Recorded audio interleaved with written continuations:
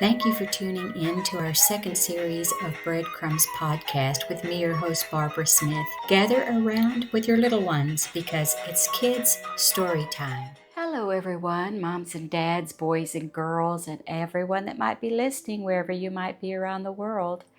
I just wanted to come to you today and let you know that we need to be grateful. We need to be grateful. That means to be thankful.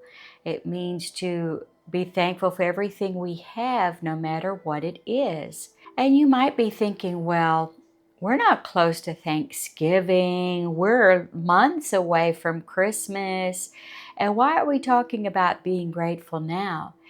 Well, every day that we wake up, every day that we breathe, we need to be grateful for life itself. Be grateful that we can breathe and that our little hearts are pumping and that we have energy to run around and play and do things.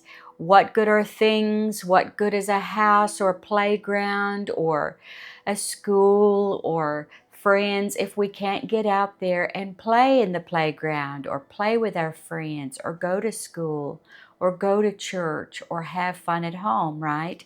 So just having breath and life and strength is a gift from God, and we need to be grateful and thank the Lord for it every single day. Also, the Bible teaches us that every good gift, everything that we have, comes down to us from the Father of lights, which is Jesus. And there is no shadow of turning in him, the Bible says. That he's not giving one person this, one person that, and choosing one person above another, but he's giving us all good gifts as he sees fit for our lives. He knows us. He knows us individually. He knows me and he knows you. I don't need a bicycle right now, but maybe you need a bicycle. Jesus knows you and Jesus knows me, and he's going to give us what we need and what we want in our lives. But we have to remember to give him praise and thanks and be grateful to him for everything, right? There's a story in the Bible where Jesus performed this wonderful miracle. He was walking down the street, and lo and behold, he came across 10 people that had leprosy. They called them lepers because they had leprosy. Leprosy was a very, very bad disease in the times of Jesus, and it would just eat away at your skin. It would just make you look nasty, feel nasty, and just eventually it would kill you as well. Not only that, people thought that leprosy was very contagious, and I don't know too much about it because I'm not a doctor, I'm not a nurse, but they wanted to stay far away from anybody that had leprosy because they didn't want to catch it.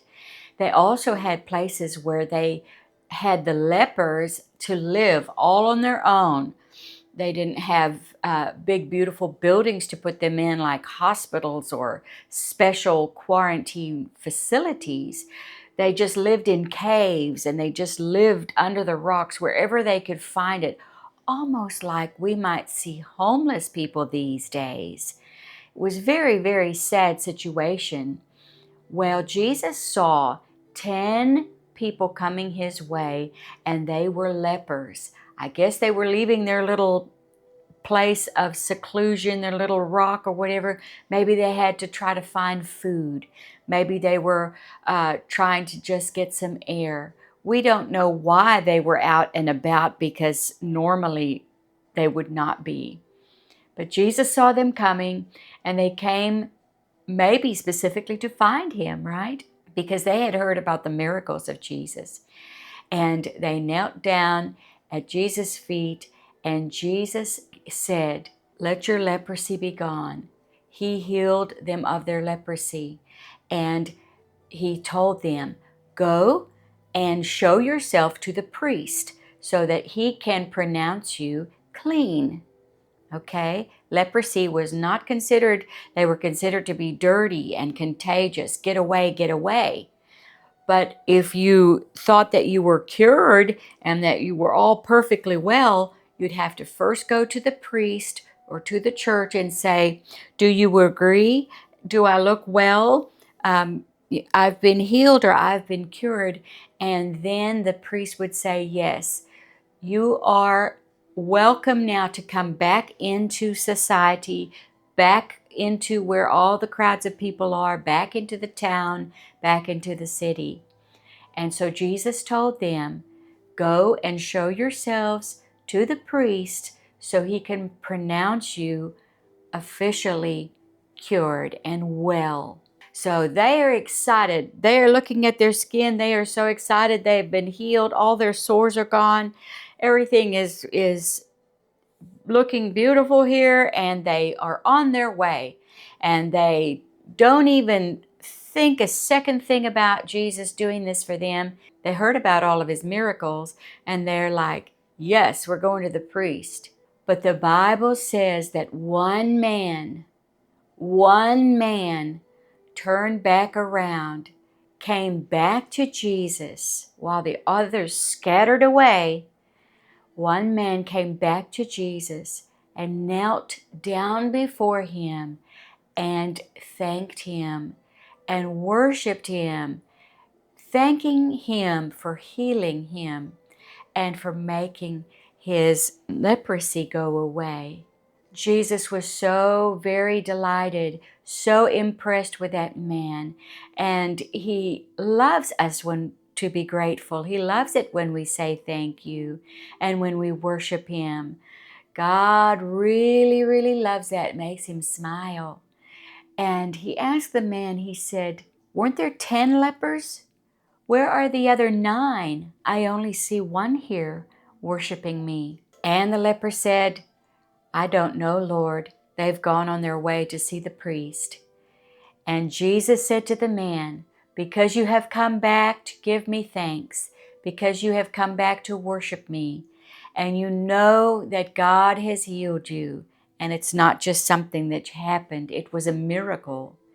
Because of that, I'm going to make you completely whole. Everything about your body is going to be perfect. Now you've got to remember that leprosy, sometimes it ate their fingers and their toes away, and parts might be missing, and not just the sores all over their body, but part of their hand might have already fallen off. It was a terrible, terrible disease. Maybe part of their face or their cheek had fallen off. And even though Jesus had healed all 10 of them and their sores were all gone and they were cured and they wouldn't be having the sores anymore, they might still have had a missing hand or a missing part of their neck. We don't know what that disease might have done to their body. But Jesus told the man in front of him that came back to worship him and to give him thanks that he would be made totally whole. So whatever that man might have been missing, a finger, a toe, part of his arm, we don't know. The Bible doesn't tell us. But from that day on, Jesus had made him totally well. Whatever parts were missing, the Lord gave to him back. The Lord made him totally whole. And so we never should miss an opportunity to thank the Lord for everything that he's given us, no matter if it's healing in our bodies, if it's a new toy, it's from the Lord. If it's a new bicycle, it's from the Lord. If it's a situation in our house that God has made better, if there was just sadness everywhere and God has brought in peace and joy, that is all from the Lord, and we have to give thanks. We learn to give thanks every single day to Jesus for everything he gives us, every little thing, the food on our table and the breath in our lungs. Then we will begin to live a better, a more whole life. Our life will be more peaceful. Our life will be more blessed. Maybe not because we have more and more and more, but because we are living gratefully. We are living in thanksgiving. we are living in peace because we are building a wonderful relationship with Jesus. It's just like when Mom or Dad makes us supper at night and we say, "Thanks for the dinner, Mom. Thanks for the dinner, Dad." You know how happy that makes her. You don't have to say thank you, but it's a wonderful, wonderful thing to learn to say thank you when somebody does something for you, especially when it's your mom and dad, because they love you so much. They're going to do it for you anyway because they love you. But when you say thank you, that makes their heart so, so happy, makes them smile so big. Even if you don't see it on their face, their heart is going to be smiling. And that's how Jesus is. We can't see his face right now. But when we say thank you to him for all that he does for us, all that he gives to us, then it makes him smile, makes his heart glad. So don't forget, no, it's not Thanksgiving today. It's not Christmas. No holiday today. But every single day is a day to be thankful and grateful, and remember to come to Jesus and give him praise.